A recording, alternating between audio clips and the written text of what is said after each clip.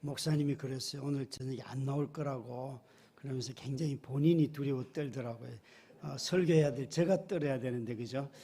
여러분 너무 초대해 주셔서 감사하고요. 또 이렇게 대면해서 온 마음, 온 가족 수련회? 맞아요. 따스한 교회 온 가족 수양회. 수양이라는 단어를 잘 안 쓰는데 하여간 여러분 내일이 하이라이트예요. 여러분 먹고 마시는 게 행복한 거지. 설교는 짧은 게 좋지요, 그죠? 네. 그렇잖아요. 집에서 부모가 얘기를 아이한테 짧게 해야지 가정이 화평하지, 길게 하면 애들이 돌아버려요. 그죠? 맞죠? 그죠? 그래서 내일이 하이라이트. 왜 대답을 안 하세요? 예. 우리가 그동안 비대면으로 너무 오랫동안 지내왔기 때문에 서로 사귀는 시간이 거의 없었어요. 그래서 아마 이런 수련회를 하는데 그 의도에 맞게 내일이 제가 볼 때 가장 즐거운 시간이에요. 그리고 서로 사귀면서 너무나 행복하게 그동안 어떻게 지냈는지 참여하여서 함께 나누시길 바랍니다. 저도 사실은 오고 싶었는데, 같이 하고 싶었는데 제가 내일 어디 중요한 신방이 하나 있어가지고 그것도 아마 신방 갔다 오면 떠날 것 같아요. 그래서 멀리 있기 때문에 언제든지 떠나라고 늘 하던 가정들인데 저 동탄까지 가가지고 2시에 신방을 하고 오거든요. 그래서 아마 그 일만 아니면 저도 좀 연기를 할 텐데 오랫동안 이렇게 조정하던 일들이라 가지고 더 이상 조정하기가 어려워서 그렇게 가게 되었습니다.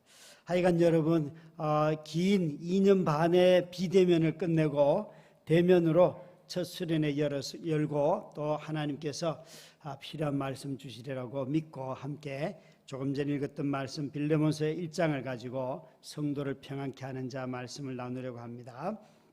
여러분 한번 이 질문에 대답을 해보세요. 따스한 교회는 우리가 원하는 교회를 만들고 싶어 할까요? 하나님이 원하는 교회를 만들고 싶어 할까요? 속에 있는 얘기를 하셔야 돼요. 의지적으로 말고.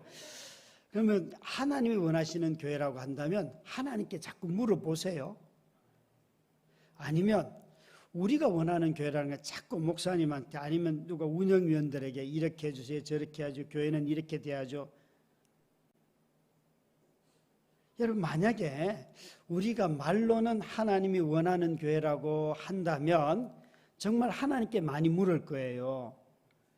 그러나 우리가 원하는 교회라고 말은 하지 않지만 계속해서 이것도 필요하고 저것도 있어야 되고 이렇게 해야 되고 저렇게 해야 되고 왜 이 교회는 있는데 우리 교회는 없을까요? 뭐 이런 얘기를 계속한다면 그것은 자기가 원하는 교회를 만들고 싶어하는 거겠지요. 그래서 꼭 아이들에게도 가르칠 때 마찬가지예요. 네가 원하는 게 뭐냐 이렇게 물으면 좋은데 아빠가 엄마가 원하는 걸 괜히 아이 이름을 빌려가지고 아주 교묘하게, 그죠? 교묘하게 이게 마치 10년 뒤에 꼭 필요한 것처럼 말하는데 별로 지나보면 별로 필요하지 않은 거잖아요. 그런데 내가 원하는 걸 강요할 때가 있어요. 우리가 대체로 많은 분들이 교회를 이렇게 개척하고 난 뒤에 오는 분들의 여러 부류가 있어요. 오시는 분들이 와가지고 제일 먼저 생각하고 있는 것이 다른 교회에서 상처 입은 분들이 꽤나 많이 오세요. 오셔서 이런 말씀 많이 하시죠. 이전에 자기가 경험했던 나쁜 경험들 쭉 얘기하면서 이런 교회가 안 되면 됩니다. 여러분 그 교회 될까요, 안 될까요? 이분은 교회 생활하는 게 이전에 자기가 경험했던 것을 반복하지 않는 게 그의 교회 생활의 목표가 되는 거예요. 그래서 이전에 그 비슷한 것만 나타나도 벌써 화가 나고 이 교회는 몹쓸 교회야 그러고 교회를 옮긴다니까요. 그 사람 마음속에 이미 경험했던 잘못된 무엇이 있어요. 자기 경험이. 그러니까 그런 만약에 신앙생활을 하다 보면 자신이 생각하는 교회, 자기가 만들고 싶어하는 교회가 이미 있는 거예요. 여러분들이 한번 다시 이번 한 주간 동안 우리가 따스한 교회 가족이라고 할 때 이 가족의 의미는 혈육의 가족이 아니고 거듭난 형제 자매들의 모임이 가족이잖아요. 그렇죠? 그래서 우리가 코로나 시대를 지나면서 가족 간의 모임은 그동안 지겹도록 많이 했잖아요. 2년 반 동안. 그죠? 뭐 잘했든 못했든 그건 평가할 바가 아니고 하여튼 나라에서 2년 반의 시간을 줬잖아요. 그죠? 가족들과만 지낼 수 있도록.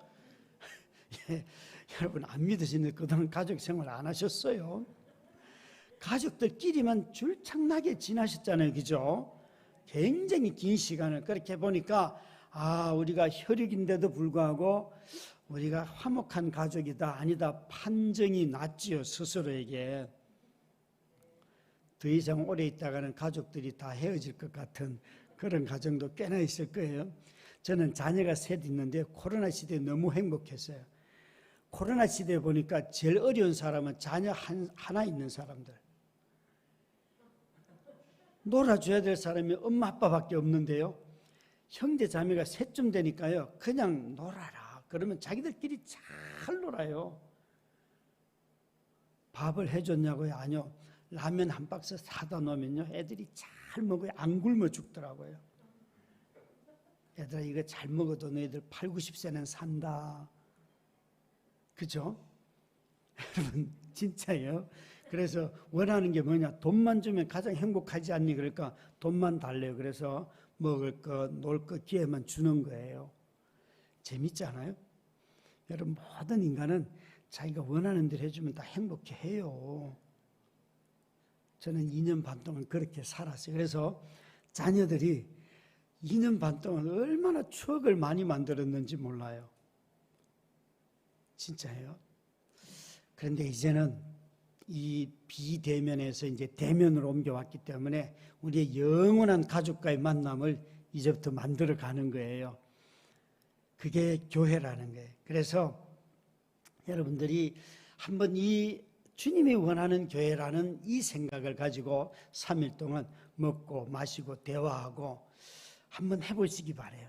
내가 경험했던 이상적인 교회 말고 또 내가 만들고 싶은 이상적인 것 말고 주님이 원하시는 교회, 그 교회를 한번 여러분들이 다시 한번 생각을 해보시면 교회가 여전히 이 세상의 희망이고 소망이라는 것을 발견하게 될 거예요. 그래서 그런 마음으로 저도 오늘 말씀을 전하려고 합니다. 먼저는 여기에 이 빌레몬서를 잘 모르시는 분들이 계시잖아요. 1장밖에 안 되지만 이건 굉장히 중요한, 사실은 신약 성경에서 그 장수로는 적지만 성도가 변하면 어떻게 될 것인가 하는 것을 그림 언어로 보여주는 성경을 찾으라고 한다면 빌레몬서예요. 우리는 갈라디아서 3장 20절 같은 데 보면 17절 18절 이런 데 보면 누구든지 그리스도 예수 안에 있으면 남자든 여자든지 주인이든지 종이든지 다 하나다. 누구든지 다 하나다. 그 말씀을 하잖아요. 그런데 그 말을 어떻게 실감이 되세요? 사장님과 종업원이 함께 있는데 사장님을 보면서 사장님 이렇게 말하지 않고 형제요. 또 사장님이 자기의 종업원을 보면서 교회에 와 있는데 자매님 이런 말들이 자연스럽게 나오는 그런 모임을 혹시 만나보셨어요? 그냥 목사님과 만났는데 형 누구야? 이런 얘기 해도 되잖아요. 그죠? 굳이 나이도 어린 사람한테 목사님 지하철 타니까 여기 자리에 앉으세요라고 비켜주는 늙은 권사님들 얼마나 쪽팔립니까? 그죠? 당신들이 앉아야 되는데 목사님을 그렇게 높여주려고. 우리가 언어로서는 예수를 믿으면 너와 내가 다 하나다 이렇게 말을 했지만 실제 그런 모습을 경험한 적이 별로 없어요. 별로 없어요. 그런데 신약 성경에 놀랍게도 그것을 그림 언어처럼 선명하게 보여주는 성경이 있는데 바로 이 빌레몬서예요. 빌레몬서에는 그 모습을 너무 잘 보여주는 거예요. 신약 성경에는 여러분 이런 말들이 없어요. 신약 성경에는 반정부 투쟁을 하라. 이런 말이 없어요. 그걸 말할 필요가 없어요. 왠 줄 알아요? 구원받는 자체가 이미 종과 주인이 형제라는 말은 이건 사회의 대변혁이에요. 그 사회를 무너뜨리는 힘이 있어요. 형제 자매가 구원받은 예수 그리스도 안에서 우리는 다 똑같다. 남자 여자는 차별이 없다. 이 말 자체가 그 사회에서는 사회를 뒤집어 놓는 힘이에요. 그래서 굳이 반정부 투쟁해라, 로마와 싸워라 이런 얘기 할 필요가 없어요. 초대교회 성도들이 예수님이 나를 위해 죽으셨습니다. 십자가에 죽으셨습니다. 이것만 줄창나게 전도했으면 그들이 박해받을 이유가 하나도 없어요. 초대교회 성도들이 박해를 받은 이유는 예수가 그리스도다, 예수가 시저다, 예수가 왕이다, 예수가 왕이라는 이 이름에 합당한 자는 예수밖에 없다는 예수 그리스도의 주되심을 고백했기 때문에 초대교회 성도들이 박해를 받았어요. 왜? 그 당시에 시저는 로마 황제 한 사람밖에 없기 때문에. 그래서 초대교회 성도들을 만났을 때 인사가 이거예요. 주는 그리스도이십니다. 이렇게 말하면 상대방도 주는 그리스도이십니다. 이렇게 말하면 같은 믿음이고, 주는 그리스도이십니다 라고 이야기했는데 아니야 시저가 그리스도야 라고 말하면 그 사람은 감옥을 가고 그 사람은 죽음의 자리에 가는 거예요. 인사 한번 잘못했다가 망하는 거죠. 인사에는 그 사람들이 누구에게 속했는지가 잘 드러나기 때문에 그래요. 무서운 이야기죠.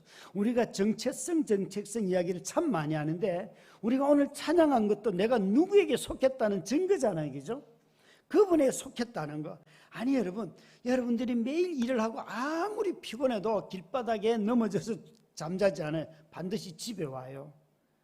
그 집에 내가 속한 자이기 때문에. 우리 모두는 이 소속감이 없이는 살 수가 없어요. 초대교회 성도들은 그 박해 속에서도 항상 나는 하나님의 백성입니다. 이것이 그들의 고백이었어요. 오늘 이 서신은 골로새에 살던 있던 골로새서, 에베소 전부 다 비슷한 같은 가까운 지역에 있는데 이 빌레몬이 살던 지역은 골로새였어요. 골로새에 살던 한 부자가 빌레몬이고 에베소와 빌레몬까지는 골로새까지는 한 200km 정도 되는 거리예요. 바울은 그 당시 이 성경을 쓴 연도를 대충 에베소 바울이 3번 정도 감옥에 갇혔거든요. 로마 감옥에 갇혔고 가이사랴 빌립보에서 감옥에 갇혔고 에베소의 감옥에 갇혔는데 학자들마다 에베소일 것이다 아니면 로마일 것이다 라고 이야기하는데 에베소가 좀 더 많은 사람들이 지지를 받아요. 에베소에서 갇혔다 한다면 이 에베소에도 빌레몬도 잘 알려져 있는 사람이에요. 왠가 하면 골로새에서 같이 신앙생활을 하던 오네시보라고 하는 빌립보서에 나오는 인물을 아시죠 여러분? 그 사람을 골로새 사람인데 바울이 에베소 로마 감옥에 갇혔을 때 보내준 사람, 도우로 보낸 사람이 바로 골로새 사람들이 그를 보냈어요. 그래서 이들은 사실은 잘 아는 사이였어요. 오늘 이 본문에 이렇게 이 빌레몬을 소개하는데 1절 말씀을 보시면 1절 2절 말씀인데요.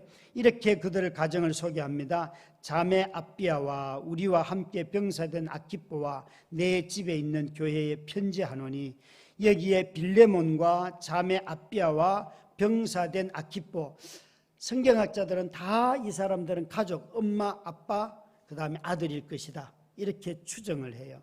실제로 아마 내 집에 있는 교회라고 하면서 앞에 언급한 3사람은 아빠, 엄마, 아들 이렇게 이야기하는데 앞에 전부 다 수식이 뭔가 하면 우리와 함께 된 너의 아들 아키뽀, 또 우리와 동력자 된 너의 아내, 또 우리와 함께 동력하고 있는 너 빌레몬, 이 가족은요 가족 전체가 다 헌신되어 있어요. 참 이런 거 부럽죠 여러분? 가족 전체가 헌신된 가정. 어느 가정은 보면 엄마만 헌신되어 있고 아빠는 헌신이 안 돼 있는 가정, 또 어느 가정은 보면 아빠는 헌신되어 있는데 엄마는 헌신하지 않고, 아니면 자녀들은 헌신하는데 엄마 아빠는 하지 않는 가정. 굉장히 다양한 케이스가 있죠. 저도 세 자녀가 있는데 가만히 보니까 세 자녀 중에 제일 그래도 교회 헌신을 많이 하는 녀석은 둘째, 셋째이고, 첫째는 자기 일에 너무너무 헌신되어 있는, 대학교 막 졸업을 했어요. 그래서 제가 늘 이 아이를 위해서 기도할 때마다, 하나님, 이 아이가 자기 일을 너무 사랑하는데 자기 일을 너무 사랑하다가 하나님한테 매맞는 일이 없게 해주세요. 이게 저의 기도 제목이에요. 기도 제목이에요. 어느 날 제가 막, 너야 요즘 11조는 하냐 그러니까, 왜 그런 걸 아빠가 물어봅니까 이러는 거야. 아니, 담임 목사가 물어보지 그럼 누가 물어보냐. 그랬더니만, 아니 내가 하든 말든 그건 아빠가 관여할 바가 아니라는 거예요. 그래서 아니, 너의 신앙에 대해서 책임져야 할 사람이 난데 내가 안 물어보면 누가 물어보냐고요. 그리고 우리 딸이 무려 5년 동안 사귀는 남자가 있어요. 그래서 제가 어느 날 최근에 졸업과 동시에, 혹시 5년쯤 사귀었는데 결혼은 혹시 할 마음이 있냐, 언제쯤 할 것 같냐 한다면, 이랬더니만 왜 아빠가 그 일에 관심을 갖냐요. 아, 2년아 아빠가 딸의 결혼에 관심을 갖지 그러면 누가 관심을 가져야 되냐 이랬더니만, 아니 내가 하든 말든 내가 할 일이지 이러는데요. 여러분, 야마가 돌아요 안 돌아요? 그렇더라고요. 그러니까 대화가 안 돼요 요즘. 여러분, 96년생 이후부터는 미국의 사회학자들이 최근에 쓴 모든 책은요, 96년생 이후부터는 새로운 인간이에요. 대화를 할 때 이런 대화를 하시면 안 돼요. 결혼할 것 이런 거 물어보면 안 되고요. 그냥, 얘야 오늘도 나는 너를 행복해 한다, 기뻐한다, 사랑한다. 인종이 다르다니까요. 생각하는 방식이 달라요. 집에서 아침을 먹자, 25 먹은 딸, 21살 먹은 아들, 17살 먹은 딸 전부 다 아침 먹자 그러면요, 냉장고에 뒤져가지고 자기가 먹고 싶은 거 꺼내가지고 와서, 막내는 다이어트식, 둘째는 보고 만들어 먹고, 첫째는 먹든 말든 그냥 대충.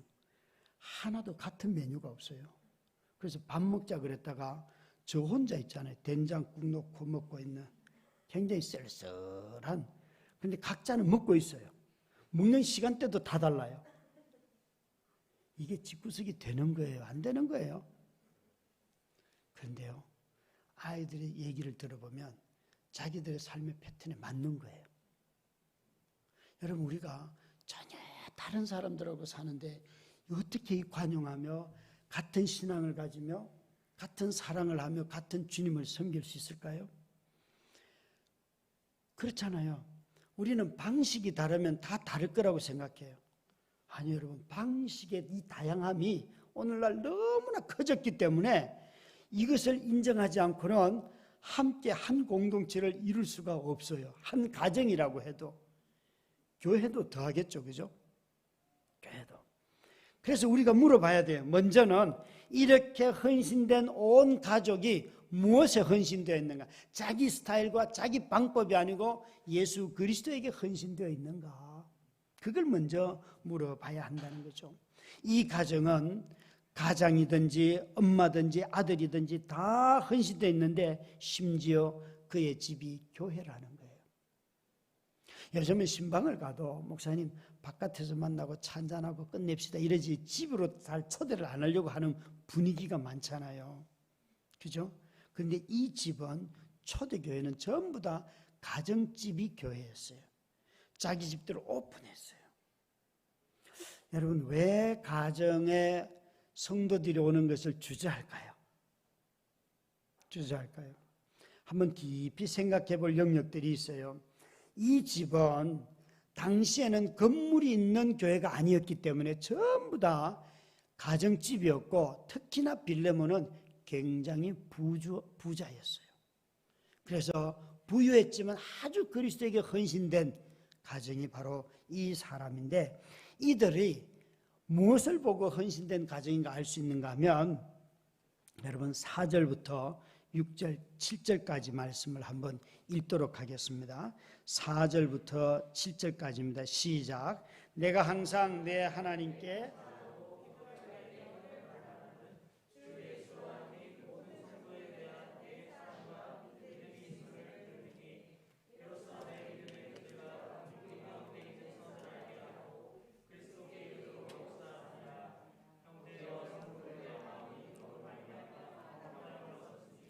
내가 너의 사랑으로 많은 기쁨과 위로를 받았노라. 아멘. 바울이 항상 사람들에게 편지를 쓸 때 이런 방식으로 썼지만 오늘 이 편지는 한 사람에게 쓰면서 이렇게 말하고 기도할 때마다 5절에 보면 주 예수와 및 모든 성도에 대한 내 사랑과 믿음이 있음을 들음이니, 그러니까 이 빌레몬이라고 하는 사람은 예수 그리스도에 대한 사랑과 믿음, 성도들에 대한 사랑과 믿음이 넘쳤다는 거예요. 두 가지가 다 있어요. 그리스도에게도 믿음과 사랑을 잘 보였고 또 성도들에게도 믿음과 사랑. 아마 이때 믿음은 신실한 행위겠죠, 그죠?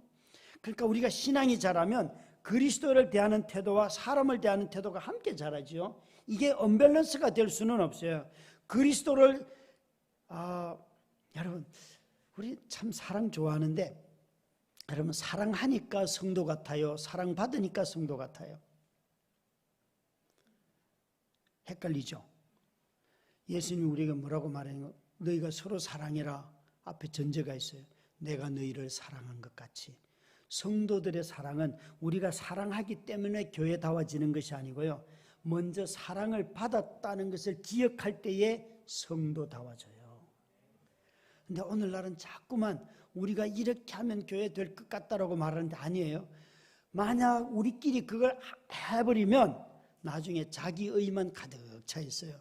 왜 나는 이만큼 했는데 너는 이렇게 안 하니? 이렇게 되는 거예요. 먼저 성도들은 우리가 어떤 사랑을 받았는지, 그리스도께서 하나님께서 아들을 어떻게 사랑했고 아들이 아빠 하나님을 어떻게 사랑했는지 그 사랑을 우리가 다 받은 자라는 것을 기억할 때, 이 받은 사랑을 기억함 없이 사랑을 하는 사람들에게서 폭력이 쉽게 나옵니다.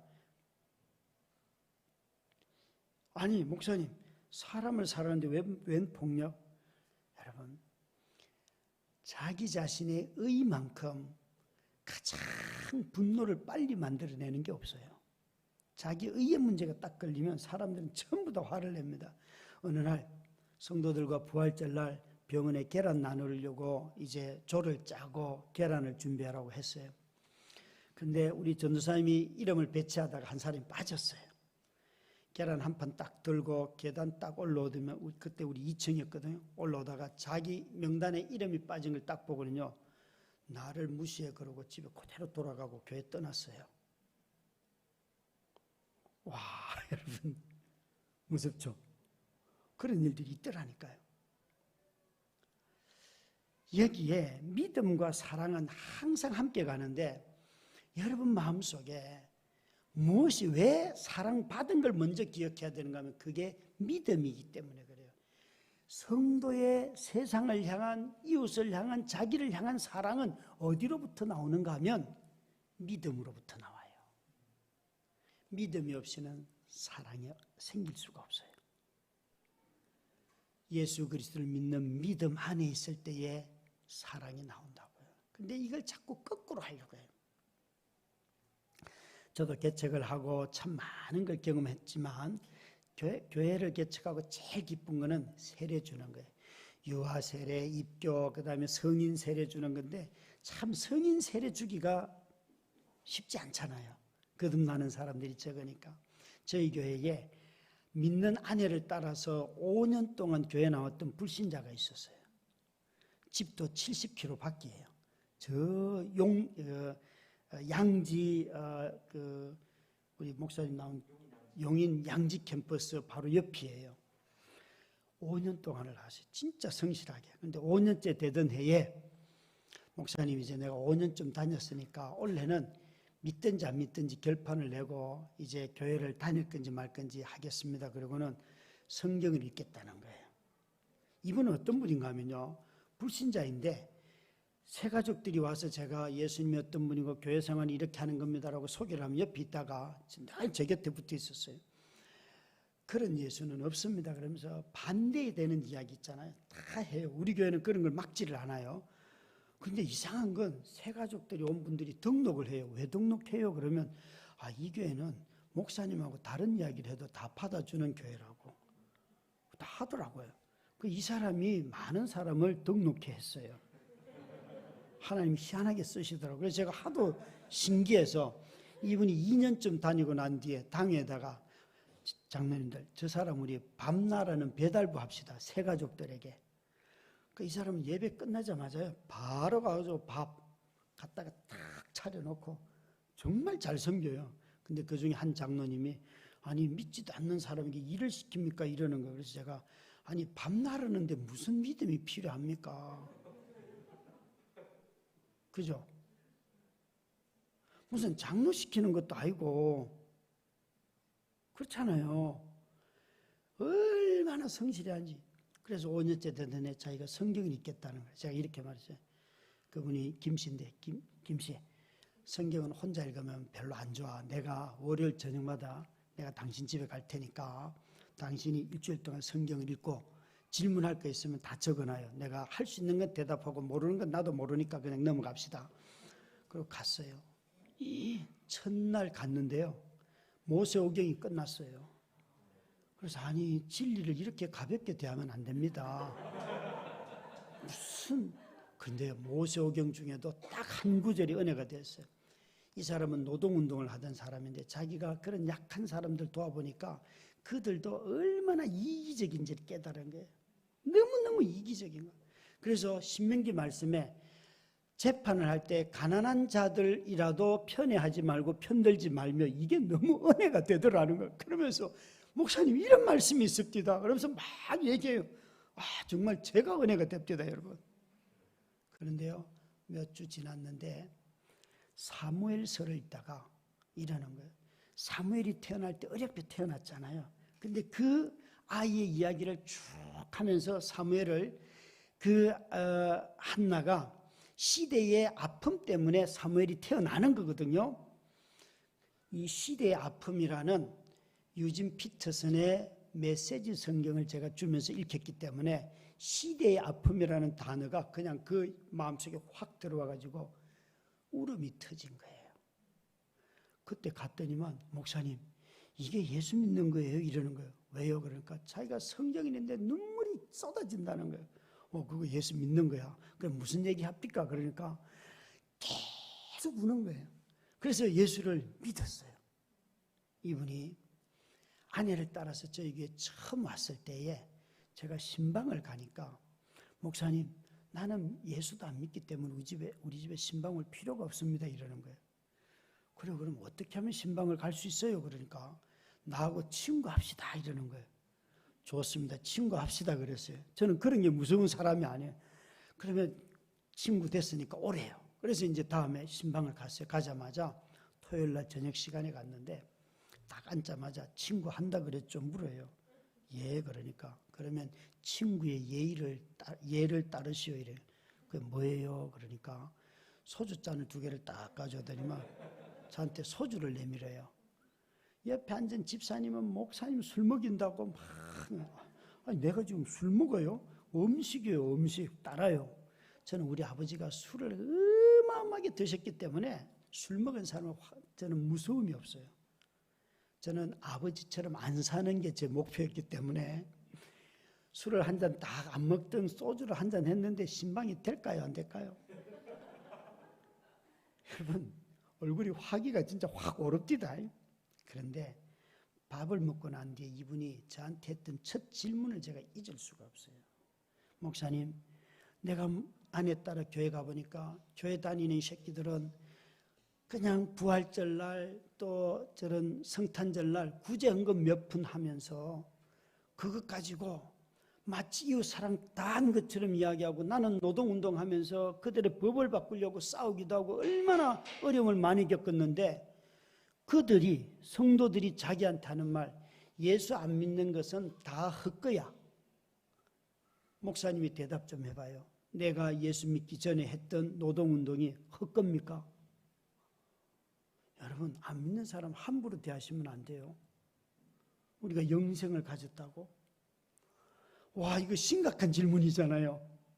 제가 속으로 기도해서 하나님 이거 스님들 도닦듯이 한 방에 끝내게 해주세요. 이게 뭐 구질구질하게 설명하고 이러면 이게 이미 지는 거잖아요. 이런 거는 인생이 걸린 문제인데 딱 10계명이 떠올랐어요. 아, 김씨 그거는 그 사람들이 말 잘못했는데 10계명이라는 게 있는데 10계명은 하나님을 사랑하라 이웃을 사랑하라 이게 딱 계명의 내용이요.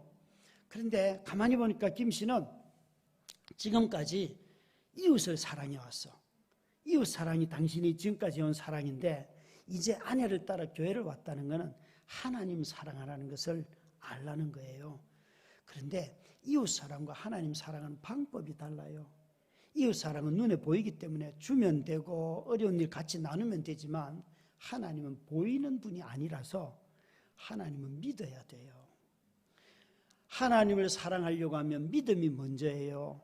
그러니까 이제부터 믿음 좀 가지고 이제 하나님 사랑합시다 그랬더니만 이분이 목사님 내 인생도 의미가 있는 거죠 이래요.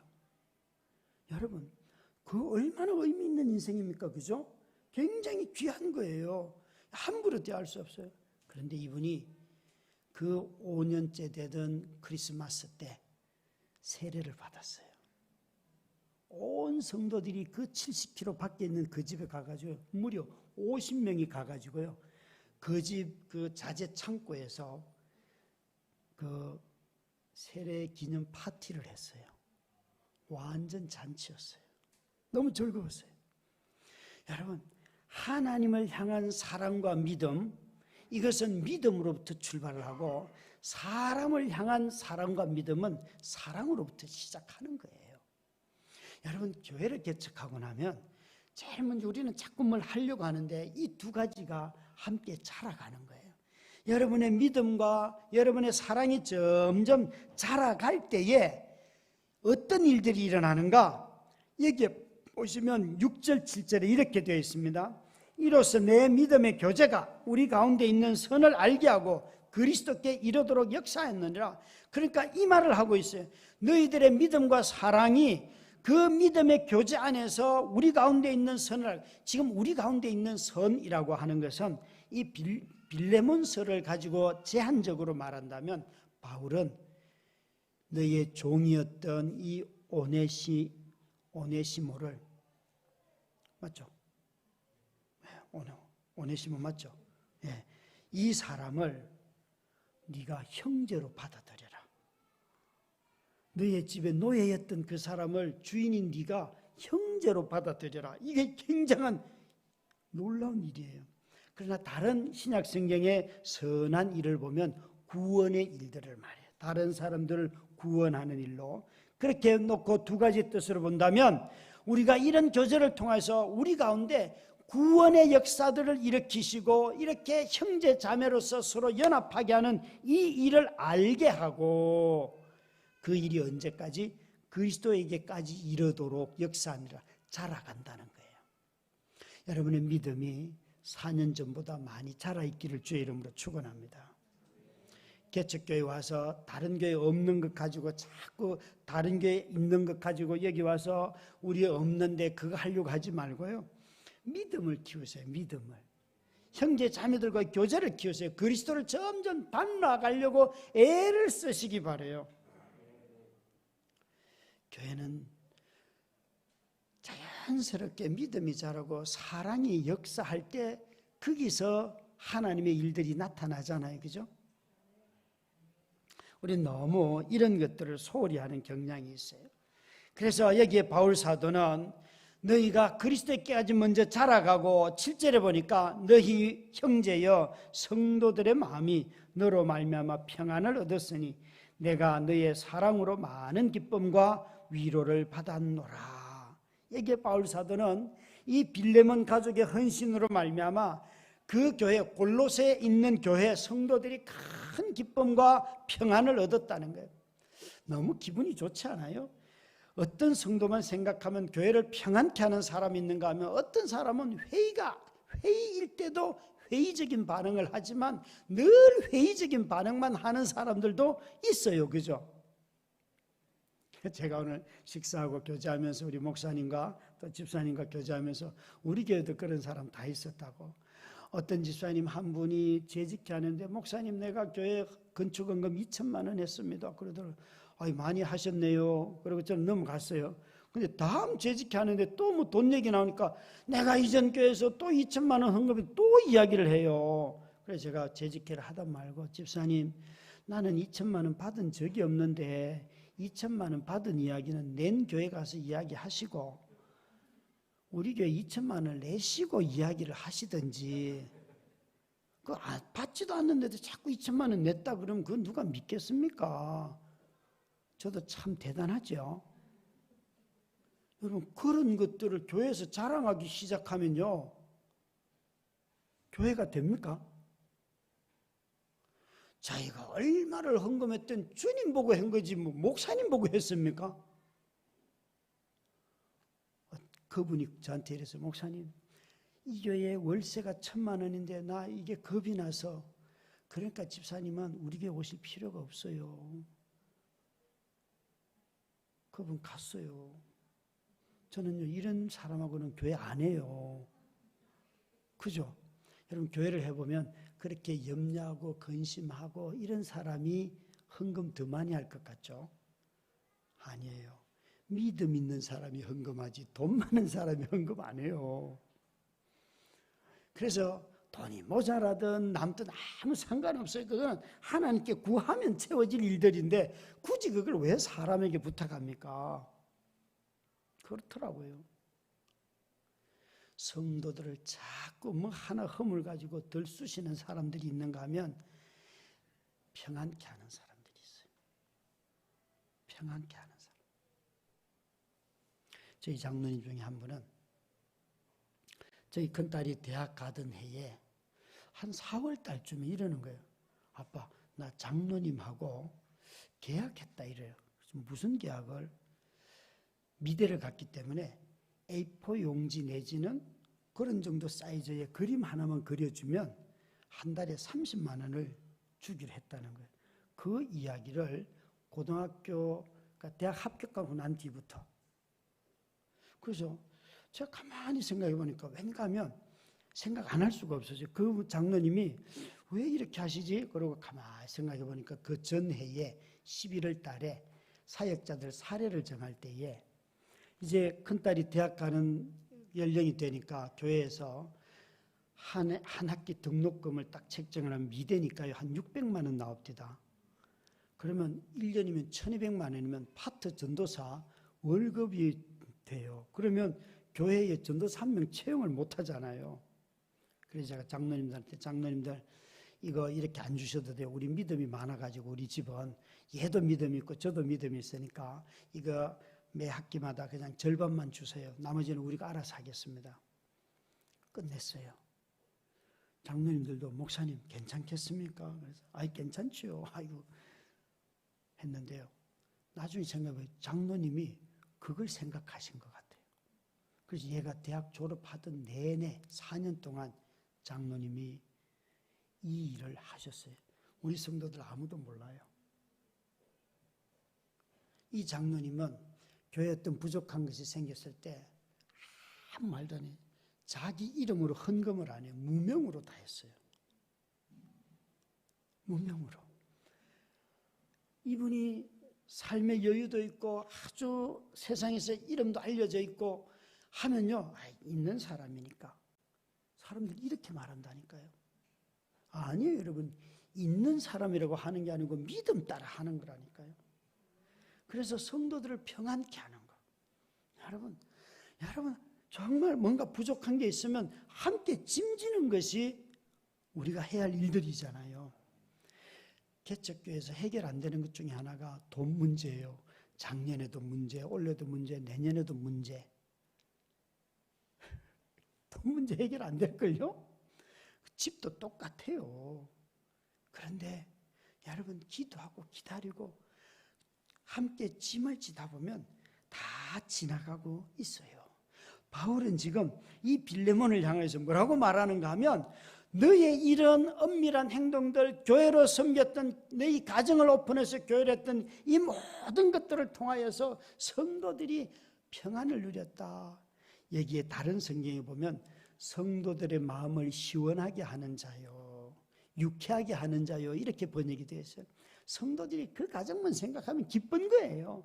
그런데 바울 자신도 7절에 보니까 내가 너의 사랑으로 많은 기쁨과 위로를 받았노라.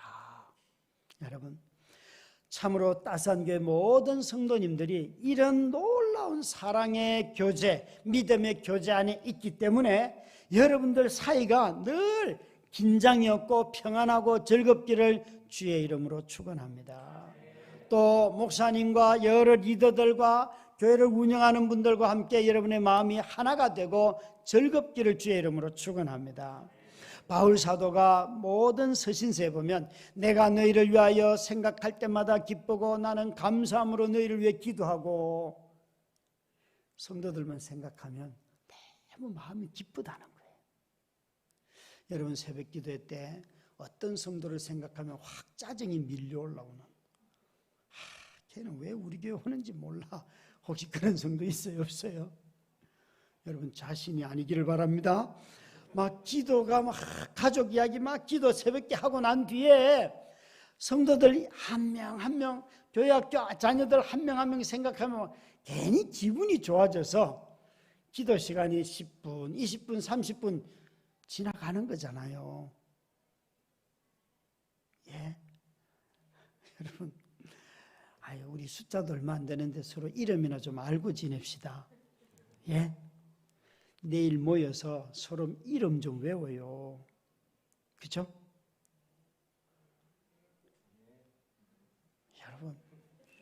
여러분들이 누군가 이름을 불러주는 것은 그 사람에게는 큰 선물이에요. 정말 마음의 평강을 준다니까요.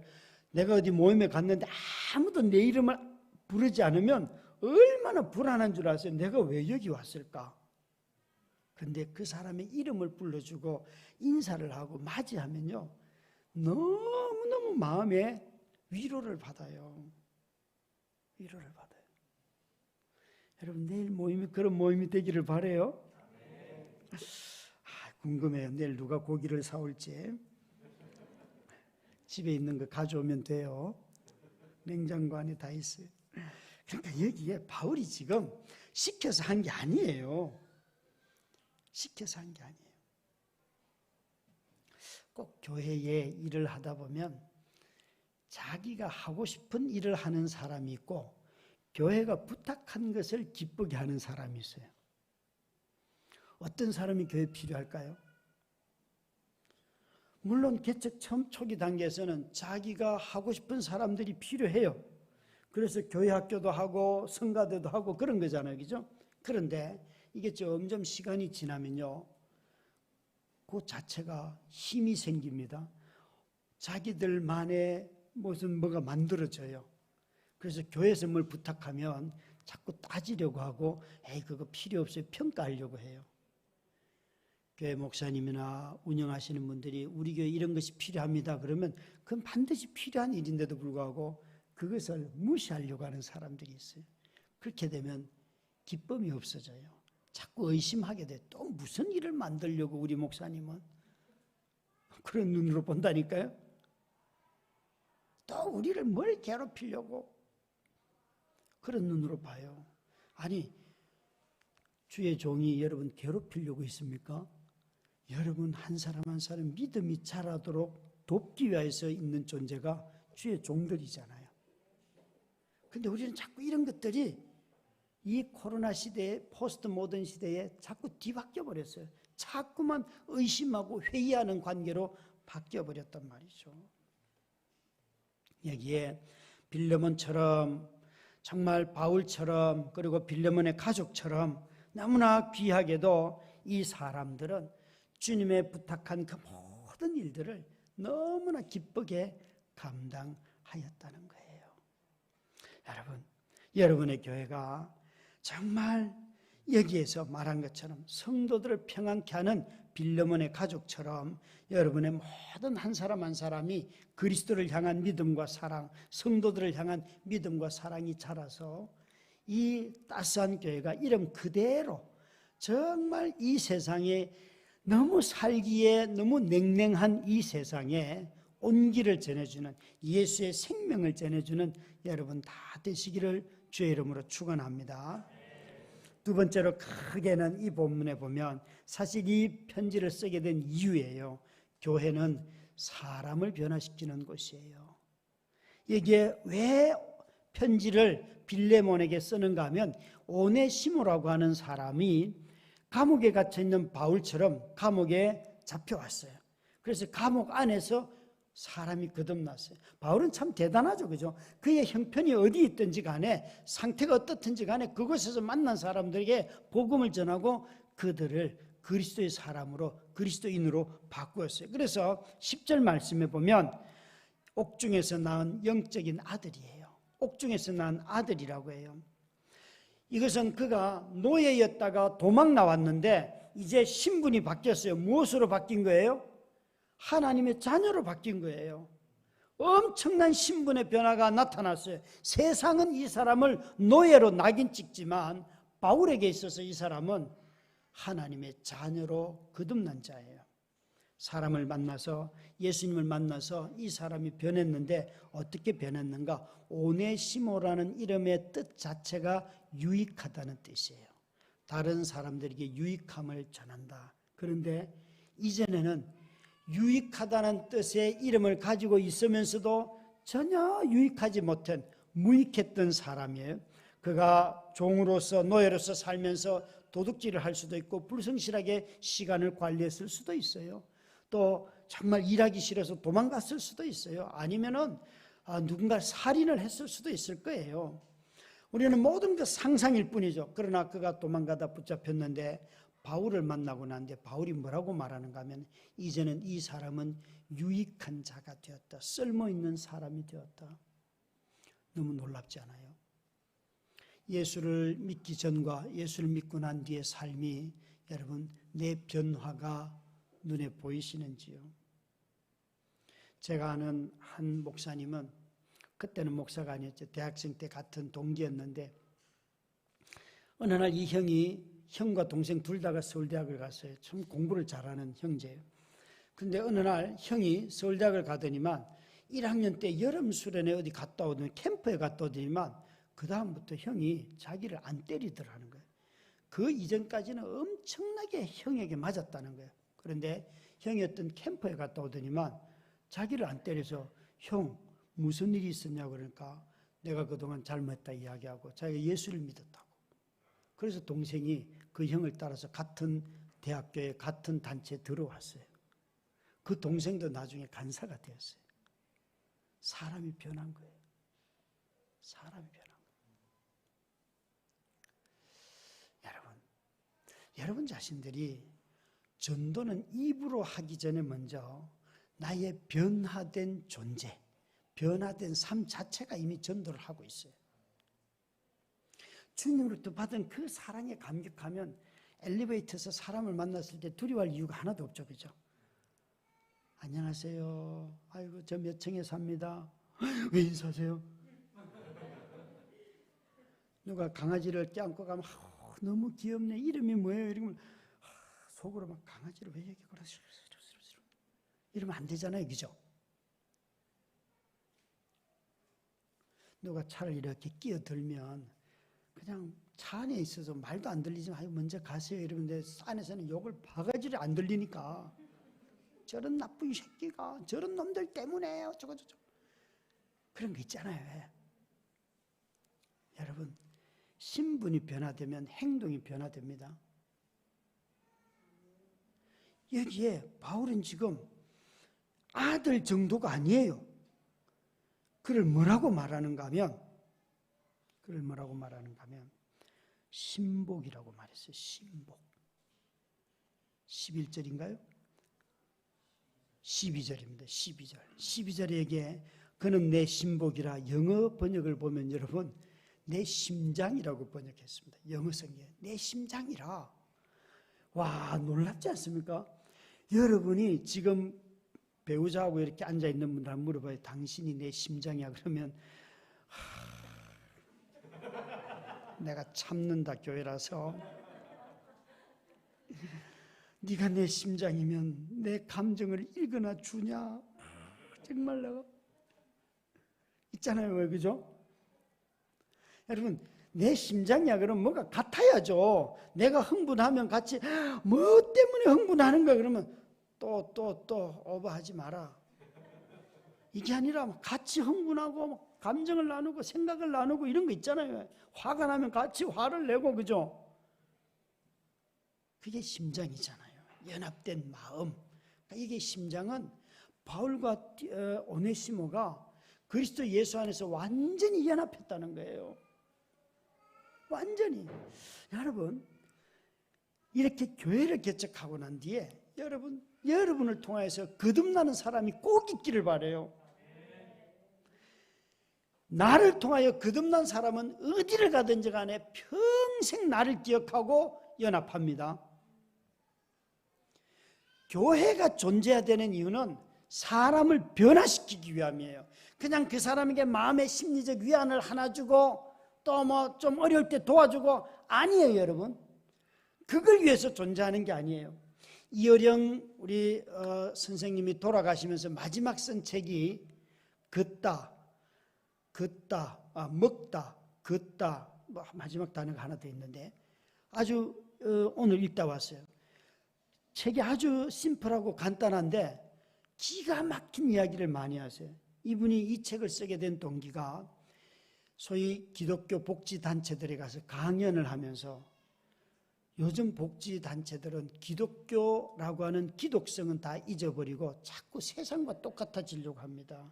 세상이 주는 빵 주려고 합니다. 이게 기독교 복지단체가 할 일이 아닙니다 하는 것들을 말씀하시면서 빵을 줘야 되지만 그러나 우리 그리스도인들의 독특함이 거기에 있습니다 라는 것을 말씀하려고 그 책을 쓰셨더라고요. 제가 그 이야기하면서 정말 공감이 되는 거예요.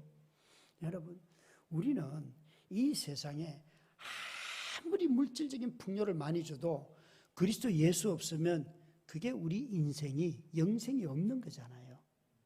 영생이 없는 삶을 이 땅에서 하이라이트로서 행복 찾는다고 해도 그건 영생이 없는 거잖아요. 사람들이 변화되는 것은 오직 그리스도 예수 안에 있을 때 그 성품이 변하고 삶이 변하고 그분이 창조주이기 때문에 우리를 변화시키잖아요. 그런데 교회 안에 있는 거대한 불신이 뭔가 하면 예수 믿어도 변하지 않아. 이 이야기를 스스럼 없이 한다니까요. 예수 믿으면 변합니까? 안 변합니까? 여러분 자신이 증인이 되어보세요. 예수 믿으면 변하는가? 예수 안에 있으면 변하는가? 저는 제가 변했다는 증거를 어디서 찾는가 하면 저는 축구를 좋아해요. 목사님의 자녀가 야구하잖아요. 저는 제 자녀가 축구하기를 원했으나 아무도 공하고는 관심이 없어요. 제가 교회를 개척하고 하나님한테 하나님 개척교회의 자녀, 개척교회를 하는 아빠인 저의 자녀들에게는 절대 예체능의 은사를 주지 마세요. 돈 그 뒷감당 못합니다. 그렇게 제가 진짜 기도했어요. 하나님 절대 이 세 자녀에게 예체능의 은사를 주지 마세요. 그런데 첫째 미대, 둘째 음대, 셋째 만화 열심히 지금 하고 있어요. 지금도 자기가 어디 학원 가서 찾아가지고 아빠 나 여기 등록할 거야. 강남 어디 가서 찾아서 지금 저녁에 하고 이제 오는 중이에요. 어마어마해요. 정말 쟤는 하나님은 제 기도를 진짜 안 들으세요. 들으시는데 응답이 제가 원하는 응답을 안 주시더라고요. 그래도 사는데 아무 지장이 없어요. 그래서 저는 자녀들 셋 놓고 기도할 때 이렇게 기도해서 하나님 어차피 내가 원하는 대로 안 주셨으니까 당신이 은사 주셨으니까 당신이 알아서 하세요. 저 기도 굉장히 심플하죠. 은사 주신 분이 알아서 하세요 그랬더니만 첫째는요 미대 갈 때 고등학교 2학년 4월 달부터 학원 다녔어요. 입시학원. 그래서 미대 갔고요. 재수 안 하고. 둘째는요, 고등학교 3학년 1월 달에 이제 막 고등학교 3학년 되었을 때 노래 부르겠다고 해가지고 1년 해서 갔어요. 역시 은사를 주신 분이 책임져 주시더라고요. 저는요, 얼마나 고3 그 1년 동안 기도를, 하나님, 재수는 안 됩니다. 돈 없습니다. 저는 다 돈 없다로 들이밀어요. 기도는 여러분 복잡한 게 아니에요.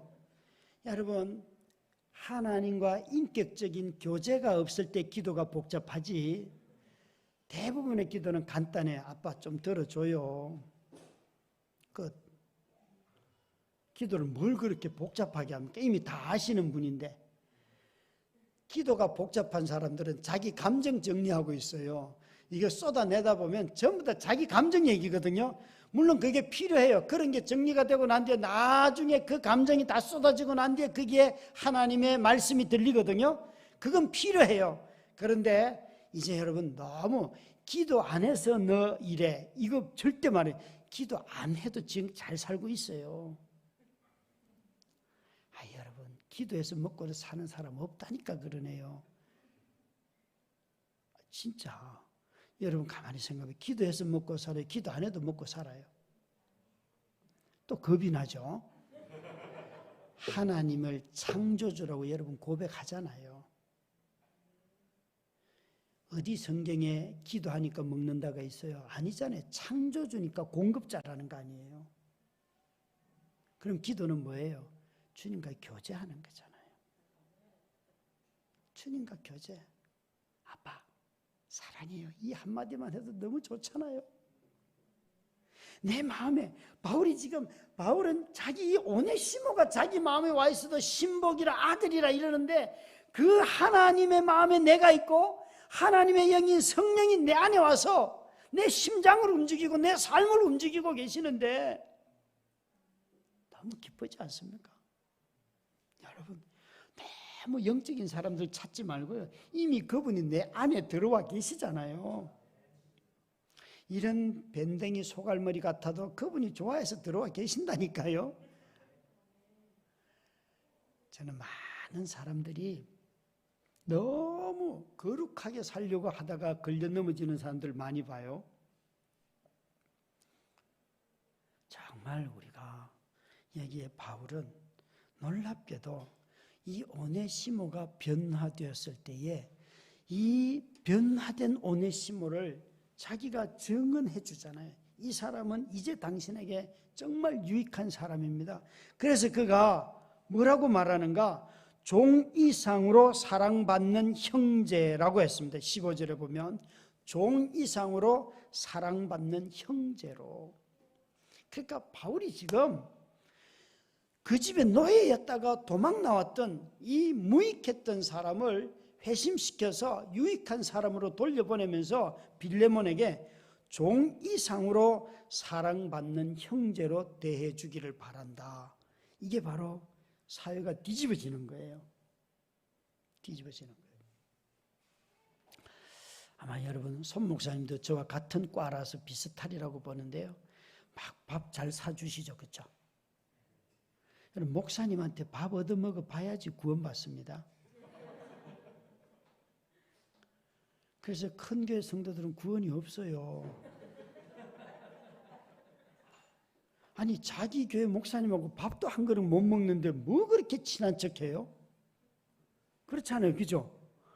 여러분, 이 귀한 분을 하고 식사를 한다, 이건 정말 그날 집에 가서 손 씻으면 안 되고 기념사진 찍어야 되고 막 이런 거 있잖아요. 왜?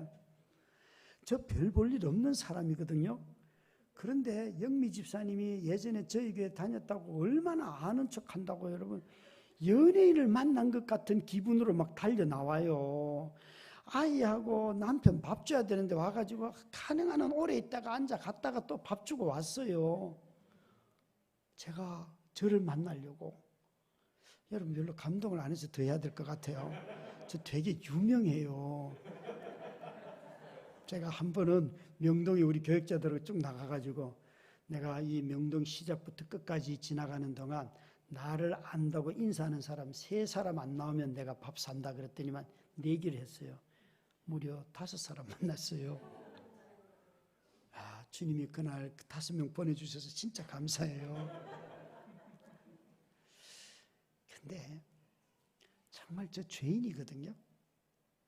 자녀들이 야 이 새끼들아 막 집에서는 저 그런 말 안 하잖아요. 절대 안 해요. 사모가 건강한 남편들은 절대 그런 말 안 해요. 사모가 아파봐요. 막 온갖 용 다 나와요. 막. 그래서 제가 여자들을 알겠더라고요. 저 자녀 셋을 아침에 깨워서 지금은 다 컸지만 학교 보내려고 하면 이 지뢰 3개 중에 하나에는 꼭 터지더라고요. 그러니까 감정이 있잖아요. 새벽기도 가가지고 누르지 않으면 꼭 터져요. 저 제일 힘들었던 게 여중생들이 왜 앞머리가 그렇게 잘 기는지 아침에 일어나면 요거 일자로 자르느라고 정신이 없더라고요. 여자들이 밥 해놓고 기다리는데 그리고 어느 날 막 아빠 때문에 학교 늦었다고 막 화를 내더라고요. 야 이 이년아 왜 나 때문이야. 네가 안 온 거지. 이런 일도 있어요. 여러분 저는 제 자신이 이렇게 뭐가 변화된 건가 보면 이런 허물이 없어서 변화된 게 아니고요. 이런 행동을 하고 난 뒤에 아이들에게 반드시 용서를 구했어요. 아무리 화를 내고 분노를 하고 때로는 험한 말을 해도요. 용서를 구하는 엄마 아빠한테는 아이들이 감정이 남지 않아요. 그런데 함부로 대놓고는 마음속으로만 용서하는 척하고 아무 사과를 안 하자 아이들의 마음에 분노가 남아요. 분노가 남아요. 우리가 죄인임을 알고 용서를 구할 줄 아는 것이 변화된 삶이죠. 변화된 삶. 저희 집에 간병을 이제 하는 분이 오전에 오세요. 이전에 한 2달 전까지는 오전 오후 오셨는데 제가 이제 오전만 오시면 됩니다 했더니 이분이 퇴직금을 달라는 거예요. 그래서 아니 저하고는 그런 계약을 한 적이 없는데요. 그러니까 이분이 아니라는 거예요. 자기는 퇴직금을 받아야 된대요. 그래서 자기가 노동청에 알아봤대요. 그래요. 저는 그러면 소개해 준 센터에 간병 센터에 가십시다 해서는 이제 그 센터장님과 셋이 앉아가지고 이야기를 했어요. 했더니만 이분들은 오전 4시간만 정부에서 지원금을 받는 것이고 그것은 자기들이 센터에서 관리하는 거예요. 출근을 해당이 되고 오후 4시간은 목사님이 개인적으로 한 거기 때문에 이거는 전혀 퇴직금과 상관이 없습니다. 라고 정리가 됐어요. 정리가 됐어요. 근데 제가 이분에게 저희 집에서 4년을 일을 하셨고 이제 지금도 오전에 오시는데 오후에 이제 대신 제가 해야 되기 때문에 그래서 쉬게 돼서 미안하고 그렇지만 지난 4년 동안 너무 열심히 일해 주셨으니까 한 달치 사례는 이렇게 감사해서 드립니다. 그랬더니만 목사님 이거 퇴직금입니까? 이렇게 물어요. 그래서 이거는 정리가 필요하다 싶어서 3자 대면을 한 거예요. 퇴직금이 아니고 이것은 감사의 예입니다. 그리고는 이제 그러니까 이분이 계속 퇴직금을 달라고 그러는 거예요. 그래서 이제 정리를 했고 이 담당자도 이해를 다 했어요. 깨끗하게 정리가 되었어요. 그런데 그렇게 정리를 하고 난 뒤에 이분이 일하시는 분이 그 센터장님과 저를 향하여서 내가 퇴직금을 받아야 된다는 이야기를 그 단체에 근무하는 다른 복지사를 통해서 들었다는 거예요. 그래서 자기가 그분이 나한테 잘못된 정보를 줘서 자기가 이렇게 계속 주장했다고 변명을 하는 거예요. 지금 대화가 서로 잘 됐어요. 그래서 계속 그분이 잘못했다는 거예요. 제가 이렇게 말했어요. 여사님, 지금 서로 다 이해해서 서로 간에 다 정리가 되었는데 지금 여사님이 하셔야 할 말씀은 내가 잘못 들었든지 잘 들었든지 간에 상관없이 내가 당신들을 오해해서 죄송합니다. 사과합니다. 용서를 구하시는 말씀을 하셔야 되는데 또 여사님은 저 다른 복지사가 자기한테 잘못된 정보를 줘서 내가 그랬다고 이렇게 말을 하는데 이건 어른이 하실 행동이 아닙니다. 용서를 구해야 될 자리에서 구하지 않으면 모든 관계는 다 깨집니다. 여러분, 그리스도인들의 삶의 가장 핵심이 뭔가 하면 용서예요. 용서를 구하고 용서받는 삶이에요. 바울이 지금 여기에 어떻게 변화된 사람, 정말 오네시모 입장에서 노예로 자기가 도망 나왔다가 붙잡혀서 변화돼서 다시 자발적으로 갈 수 있겠습니까? 바울에게 바울의 필요도 있고 바울이 자기 옆에 붙여두고 두고 싶기까지 했는데, 그런데 이 오네시모는 가서 자기 주인에게 용서를 구해야 하는 거예요. 이게 복음 안에서 관계 맺는 일들이기 때문에. 교회도 마찬가지죠, 여러분. 잘못했으면 잘못했다고 말하면 모든 것이 해결이 되는데, 지나가는데, 그걸 자꾸 말을 돌려요. 누가 뭘 해서 누가 뭘 해서 자꾸 그러니까 안 되는. 부부 사이에도 여러분, 진심으로 용서하는 법을 배우는 가정은 화목하게 됩니다. 그런데 자꾸 그 사람의 지금 한 행동뿐만 아니라 어제 한 행동, 이제는 자기 친정 부모님까지 시대까지 다 끌고 들어와요. 그러면 싸움밖에 돼 있습니까? 그리고 자기는 의롭다고 생각해요. 여러분, 그리스도인들의 변화된 증거는 어디에 있는가? 관대함이 있어요. 너그럽게 용서를 구하는 데 있어요. 이것이 교회 안에 흘러 넘쳐야 해요. 여기에 바울은 정말 오네시모라고 하는 사람을 바꾸었습니다. 여러분의 교회는 사람을 형벌을 받고 진노를 당하고 심판받을 자를 그리스도 예수 안에서 영생이 있고 생명이 있고 아버지 하나님의 나라의 자녀가 되는 이 놀라운 삶의 변화, 이 변화를 일으키는 교회가 되기를 바랍니다. 그래서 로마서 12장 1절 2절에 보면 너희가 마음을 새롭게 함으로 변화를 받아서, 마음이 변해야 하는 거예요. 외적인 행동이 아니에요. 마음이 변해야지만 행동이 나오는 거예요. 어릴 때는 행동으로부터 가르치잖아요. 그러나 그 마음의 진심은, 진짜 행동은 마음이 변화되면 나타나잖아요. 경찰서에서 연락이 왔어요. 목사님, 경찰서 좀 오세요. 왜요? 아들이 여기 잡혀와 있습니다. 자기 친구들 3명하고. 그래서 갔어요. 가니까 4명이 편의점에 들어갔다가 그 중에 한 녀석이 물건 훔치다가 들킨 거예요. 그래서 4명이 붙잡혔어요. 그래서 굉장히 경찰서 가는 것 자체가 공포잖아요. 근데 가자마자 너무 안심이 됐어요. 경찰관 아저씨가 얘 말을 들으면 얘 친구들이 우리 아들을 놓고 하는 말이 제가 말리는데도 우리가 했습니다. 이랬다는 거예요. 그래서 진짜 아들이 이러는, 아빠 나는 안 했어.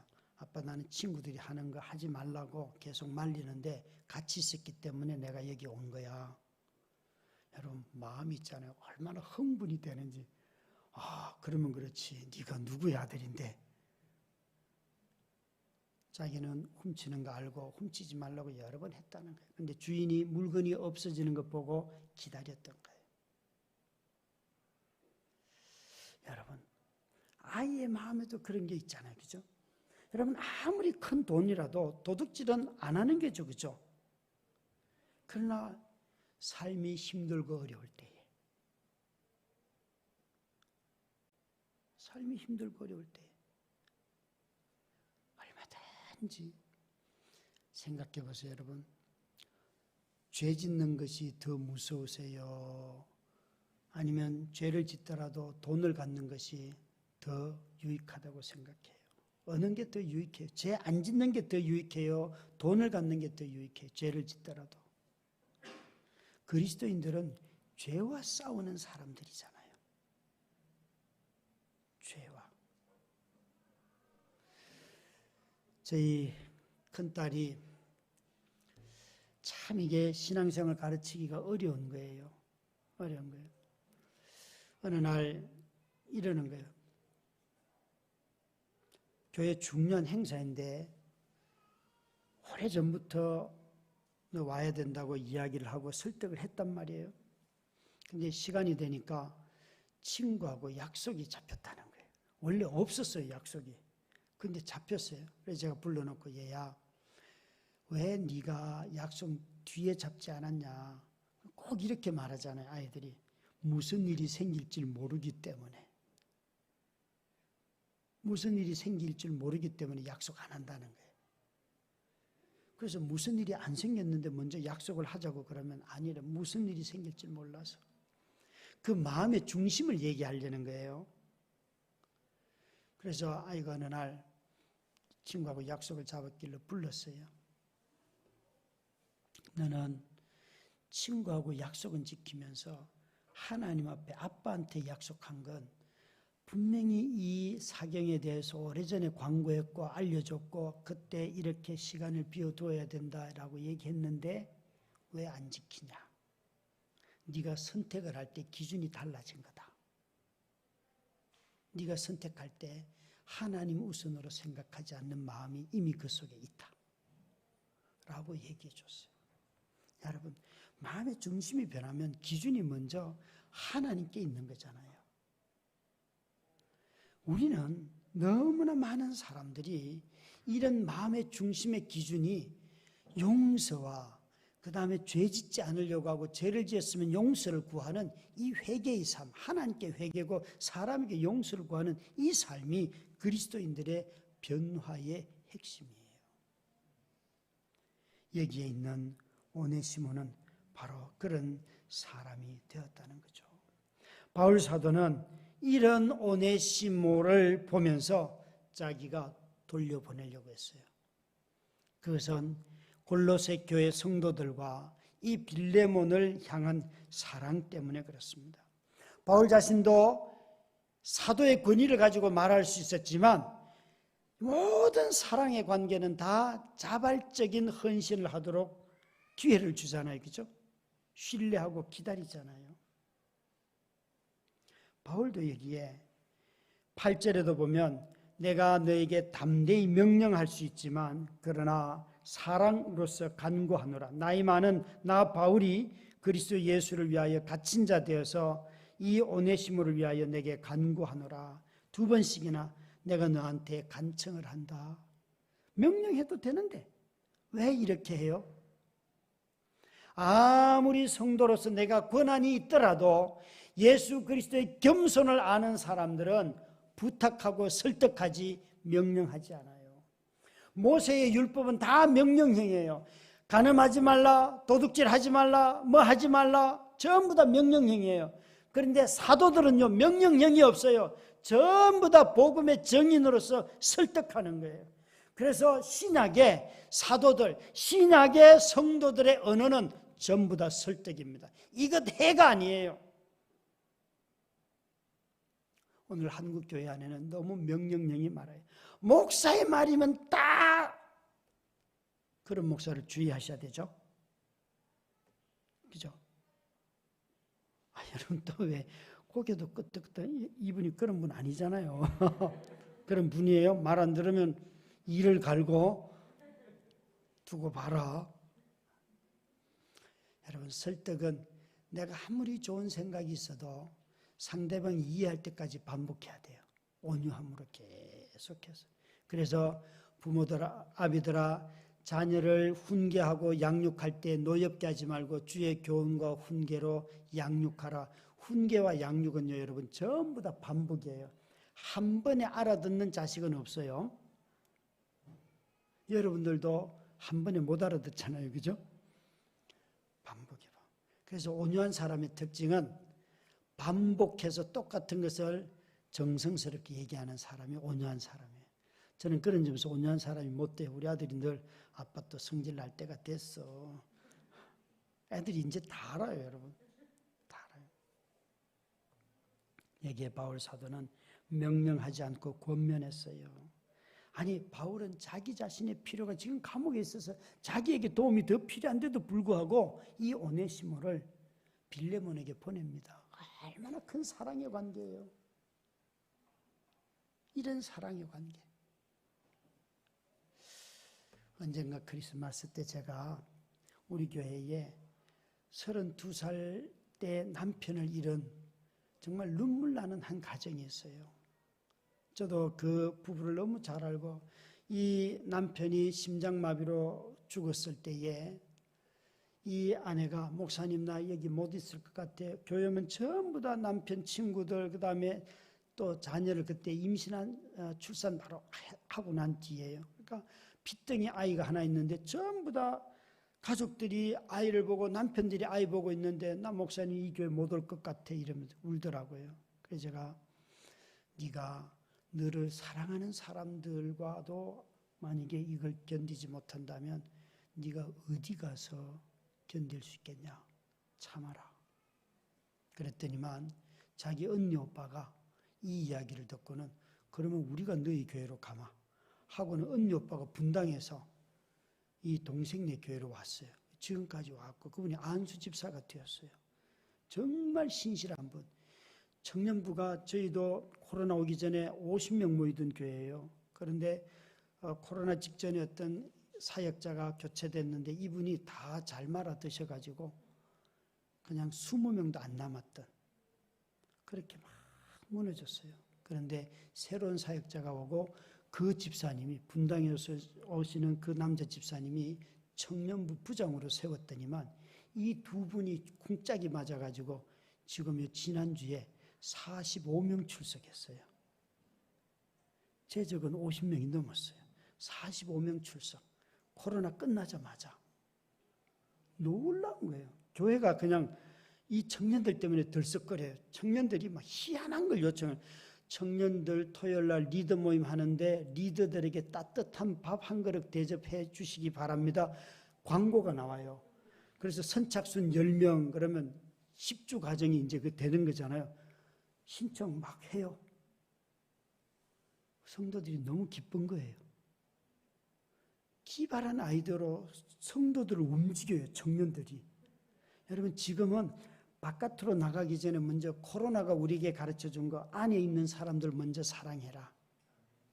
코로나는 가까이 있는 사람들을 진심으로 사랑하는 법을 가르쳐줬거든요. 그게 사랑이 흘러 넘치도록 하는 거예요. 그래서 여기에 바울 사도는 자기가 나이도 많고 지금 이제 죽음이 얼마 남지 않았어요. 그리고 자기가 가르쳐서 거듭난 사람이 빌레몬이에요. 그런데도 불구하고 자기의 필요가 더 넘쳐나도 당신에게 먼저 기회를 주는 거예요. 이게 사랑이잖아요. 이게 사랑이잖아요. 뿐만 아니라 바울 사도는 이렇게 말해요. 20절, 21절 같이 읽을까요? 20절, 21절, 22절 세 구절을 같이 읽습니다. 시작. 오 형제여 나로 주 안에서 너로 말미암아 기쁨을 얻게 하고 내 마음이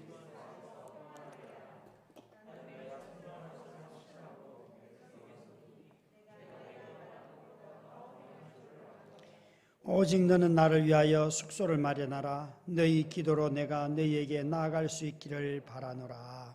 아멘. 저는 이 빌레몬을 향하여서 바울이 한 말 중에 이게 너무 감동이에요. 네가 내가 말한 것보다 더 행할 줄을 아노라. 벌써 바울은요 그냥 형제 정도로가 아니라 이미 그의 생각 속에서 많은 것들을 얘기하고 있어요. 참 이런 사랑의 겉면받는 건 참 힘들죠. 그죠? 설득하는 것처럼 하면서 자기가 요구할 거 다 요구하고 있어 지금. 그거잖아요. 그런데 이런 관계가 되는 거예요. 이런 관계가. 여러분 저는 아내가 18년 전에 쓰러져서 뇌경색으로, 그러니까 아내 나이 35, 제 나이 40살 때 아내가 쓰러져서 식물인간으로 지금 누워 있어요. 그래서 집에서 지금 간병 18년째 하고 있거든요. 아이 셋을 키우면서. 근데 참 삶이 너무 힘들죠, 사실은. 힘들고 어렵고 목회를 한다는 것이 너무 힘들었어요. 장모님이 저를 보면서 우리 사위는 집에 오면 웃지를 않아 어느 날 그러시더라고요. 그래서 올해 제 목표가 집에서 웃는 거. 근데 잘 안 돼요. 특히 장모님 앞에서 잘 안 돼요. 그리고 아내 옆에 가가지고 기저귀를 갈아주고 밤에 잘 때 이제 이렇게 하다 보면 소변을 이제 대변은 관장을 하니까 소변을 이렇게 하는데 냄새가 나고 그러잖아요. 참 제 마음속에 장모님은 늘 우리 딸 똥도 향기롭다 이러시는데 저는 똥은 똥일 뿐이에요. 안 되더라고요. 그래서 늘 생각하는 게 여보 나는 당신을 진심으로 사랑하지는 않아. 내가 율법은 지키지만 아내한테 그렇게 말해줘요. 나한테 진심으로 사랑하라고 요구하지만 난 이 방에 들어오기 싫을 때도 있어. 그러니까 이런 말을 하면 여러분 참 목사가 그런 말 하면 되나 싶잖아요. 고통과 이런 상황이 오기 전에는 다 진심으로 사랑해야지 뭐 그것도 못해 뭐 이런 말 진짜 했거든요. 근데 제 사정이 되고 또 삶의 일상이 되니까요.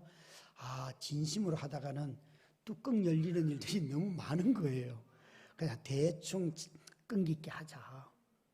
그러다 보니까 18년이 지나갔네요. 왜 너무 잘하려다가 자기 열심에 걸려 넘어지는 사람들 많잖아요. 자기 열심에. 그런데 오네시모는 빌레몬은 굉장히 성숙한 사람이에요. 바울 사도가 어떤 부탁을 해도 다 될 만한 사람이에요. 신방 가려고 어느 날 어느 집사님한테 집사님 차 좀 빌려주실래요? 교회 차를 누가 가져가서 차가 없어요. 그러니까 목사님 차를 어떻게 빌려줍니까? 이러는 거예요. 그래서 너와 나와의 관계가 그거밖에 안 됐구나. 그래서 쏘카를 신청해서 갔죠. 그 차가 뭐라고 그죠? 그게 자기 우상이라서 그래요. 여러분 여기에 저 교회학교 자녀들에게 코로나 시대에 제일 자녀들이 불쌍했던 것은 추억이 없는 주일학교가 돼버렸잖아요. 주일학교 교육은요, 교사의 탁월함이 아니에요. 교사가 잘 놀아주고 아이들과 교회 추억을 많이 만들어줘야 돼요. 그래서 아이들이 교회 그러면 놀았다 이게 나와야 되는데 지금 코로나 시대는 교회 그러면 핸드폰 화면밖에 생각이 안 나요. 그러니까 지금 이제 대면으로 왔잖아요. 여러분 추억을 만들어주세요. 어떻게 만들어주는가? 제가 했던 방법 가르쳐 드릴게요. 애 5 있는 집 집사님한테 집사님 그 막내만 떼놓고 넷은 우리 집에 보내요. 내가 하룻밤 내가 데리고 놀게. 그리고 애들 다 내가 먹일게. 이렇게 하잖아요. 통닭 2마리만 하면요. 애들 정말 배 터지게 먹었다 그래요. 그리고 와가지고 뭐 해줄까? 그러면 막 자기들 하고 싶은 거 있어요. 놀아주는 거예요. 집에서. 여러분 아파트에 교회학교 아이들 반별로 불러가지고 좀 놀아봐요. 밑에 좀 시끄러워도 좀 욕 좀 드시고 밑에 좀 이렇게 수박도 갖다 주고 그러면 돼요. 뭐 그렇게 절간처럼 만들어요 집을. 예? 그렇잖아요?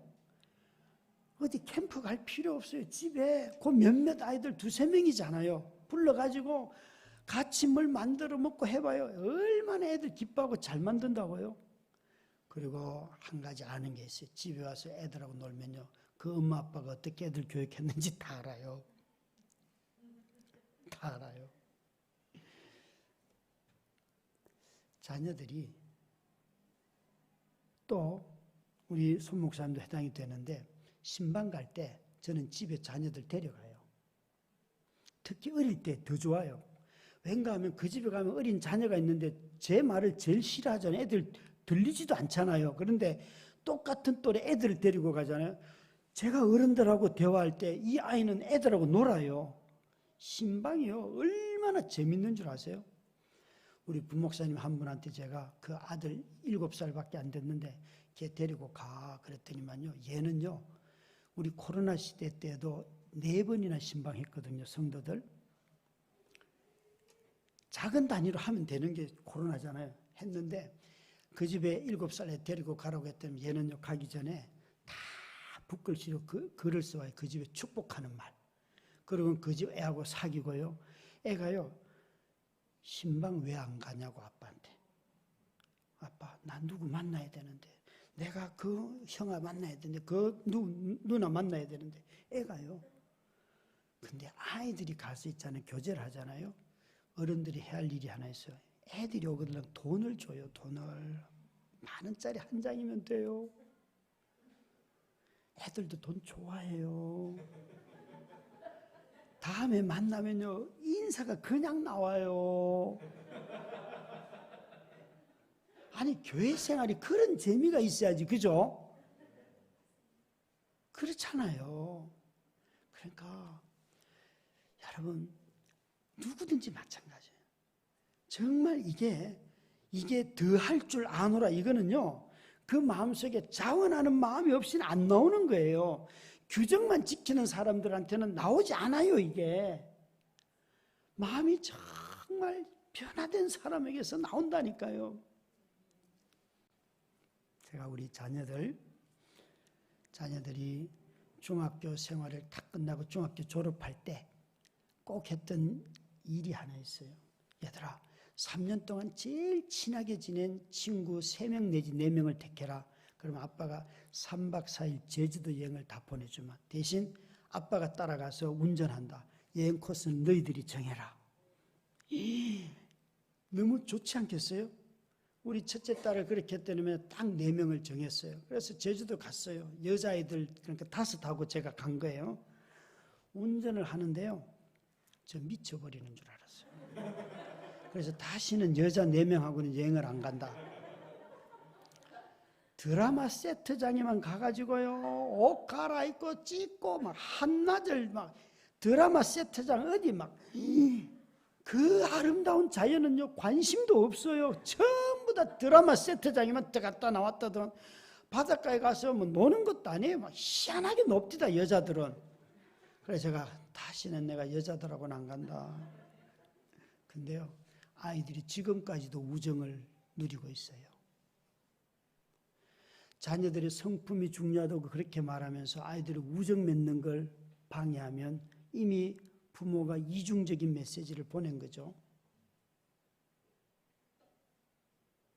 이중적인 메시지를 보낸 거잖아요. 애들은 귀신같이 알아요. 우리 엄마가 지금 말과 지금 바라는 게 다르다는 거 다 알아요. 마음의 자원함이 사랑이 넘칠 때에 더 풍성해지는 거예요. 아들은요 그렇게 중학교 때 하니까요, 처음에는 아빠 9명은 안 됩니까? 이래요. 그래 힘들다. 그랬더니 그 다음에 15명 한 반 다 가자는 거예요. 야, 그건 안 된다. 그러면 일정을 바꿔서 봉고차 12명 탈 수 있으니까 12명까지 가능하다. 그리고 행선지를 설악산 워터피아로 하자. 1박 2일로 바꾸었어요. 그리고 다 콘도 예약하고 내가 가서 워터피아 입장권 다 아빠가 끊어마. 애들이 왔는데 남자애들이 12명 가는 거잖아요. 집에 일일이 전화 다 했어요. 남자애들 12명은 사고 나기가 쉽잖아요. 그래서 집에 전화해가지고 혹시 사고의 책임을 묻는다면 안 데리고 갑니다. 이렇게 약조를 해 주셔야 됩니다. 그랬더니 다들 목사님 안 묻겠습니다. 데리고 갔어요. 집에서 얼마나 기뻐하는지 있잖아요. 다들 엄청 기뻐요. 이거 전도하기엔 너무 좋은 거 아니에요? 갔어요. 가가지고 막 하나콘도 빌려가지고 막 하고 막 애들이요. 남자애들은요 여행 가면 안 돼요. 그 아이들이요 삼겹살 9건, 야채 하나도 없어요. 라면 한 박스. 이게 뭐냐? 야, 그러면 이게 어떻게 먹냐? 그러니까 수프에 먹으면 돼요. 와, 저녁을 먹는데요. 진짜 수프 있잖아요. 찍어 먹어요. 그 삼겹살 구워가지고. 그 느끼하잖아요. 그런데 맛있어요. 아니, 지하에 가면 다 장도 있고 뭐 다 있어. 괜찮아요. 자기들끼리 그렇게 맛있게 먹는데 옆에서 느끼해가지고 죽는 줄 알겠어요. 근데 자기들이 추억이지 제 추억은 아니잖아요. 그리고 이제 저녁을 먹고 워터피아 앞에 딱 섰어요. 티켓을 끊으려고. 그럴 때는 우리 아들이 저를 딱 밀치면서 아빠 비켜봐. 야, 우리 아빠 가난한 거 알지? 돈 내. 이러면 친구들한테 돈을 가져오라고 시킨 거예요. 저요, 진짜 많이 울었어요. 야, 이놈도 이렇게 나이가 들어가는구나.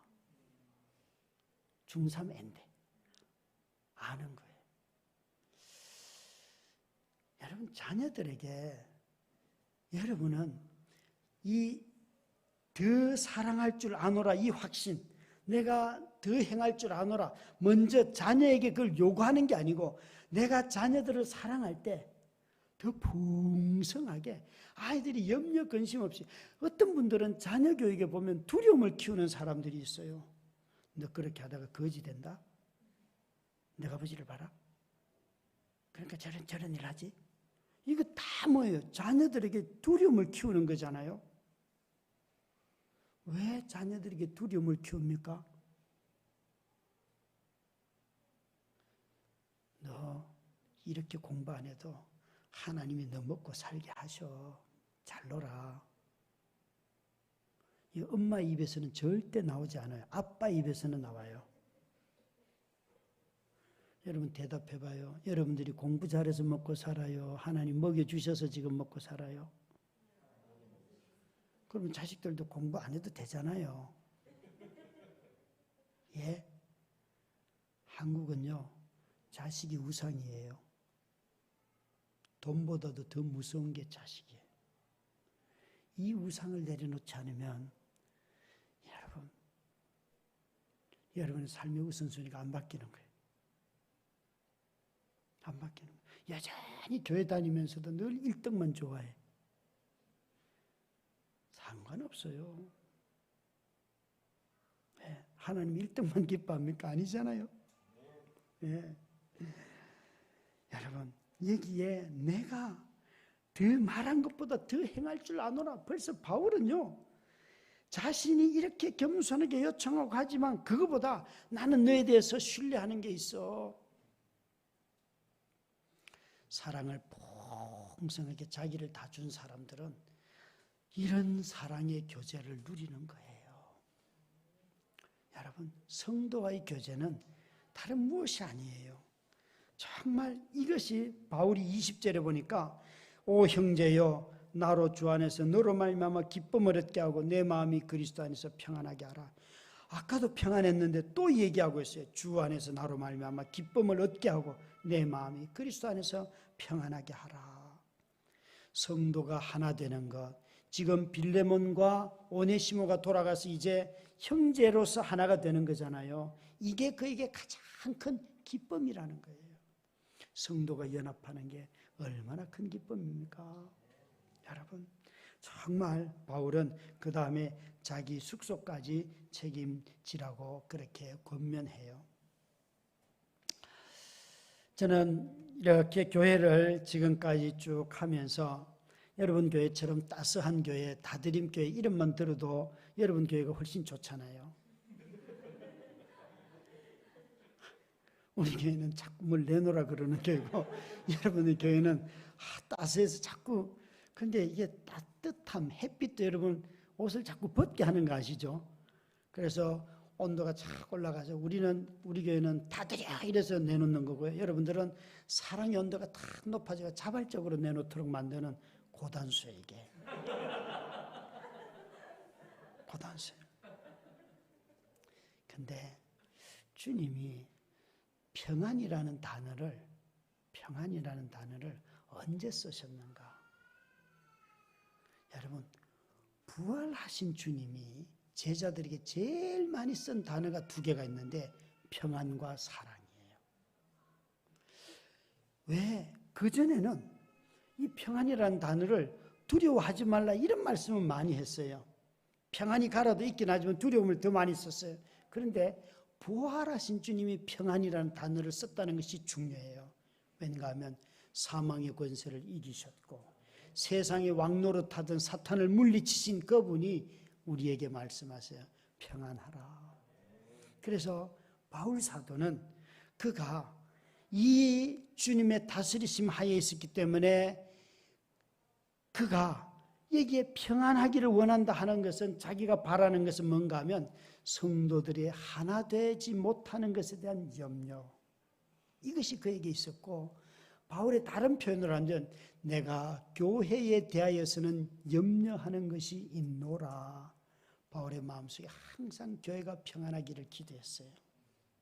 여러분, 오늘 한국교회는 너무 분열과 분쟁과 이기심과 질투와 찢어지고 끼리끼리가 많아가지고 교회에 가도 평안이 없어요.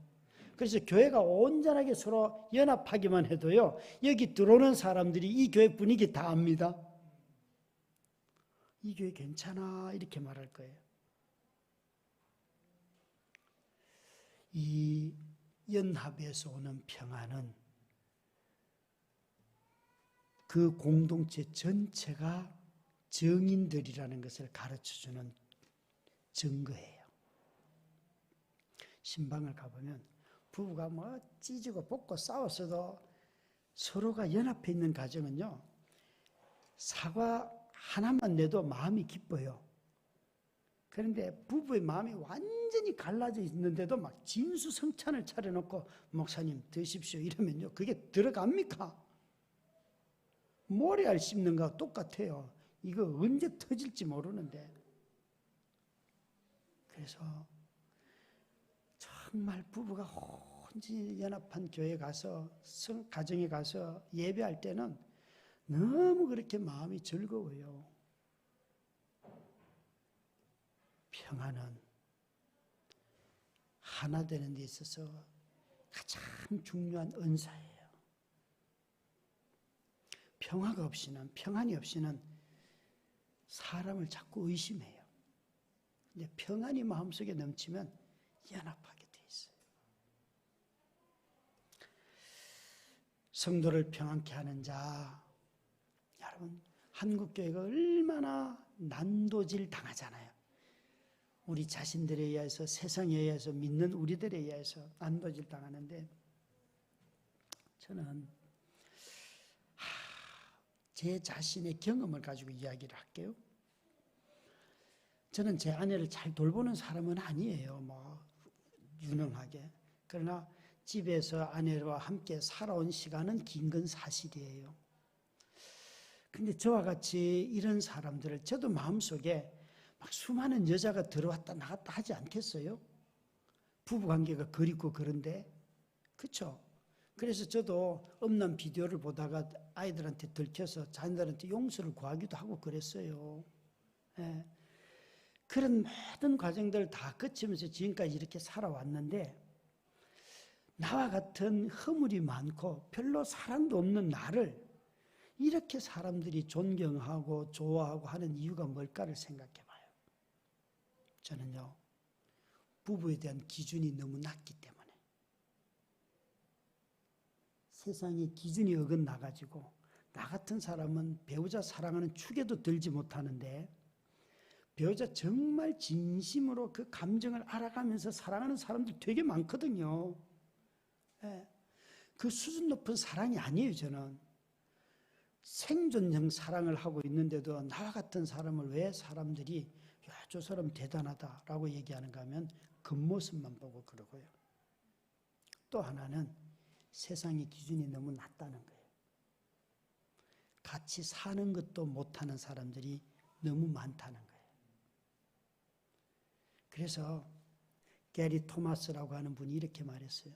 오늘날 부부관계는 너무나 외도도 불륜도 부정함도 감정으로 상해서 따로 격리되어 사는 것도 많고 너무 조건적인 게 많아가지고 그냥 부부라고 하는 정상적인 삶만 살아도 존경받는 사회가 되어버렸습니다. 그래서 그리스도인들이 특별한 무엇을 해서가 아니라 세상이 너무 문란하기 때문에 그냥 둘이 노멀한 삶만 살아도 존경받는 사회가 되어버렸습니다. 그랬어요. 여러분, 어쩌면 교회도 똑같습니다. 교회도 무엇을 잘하려고 하는 것이 아니라 모여있는 성도들끼리 뜨겁게 사랑하는 거예요.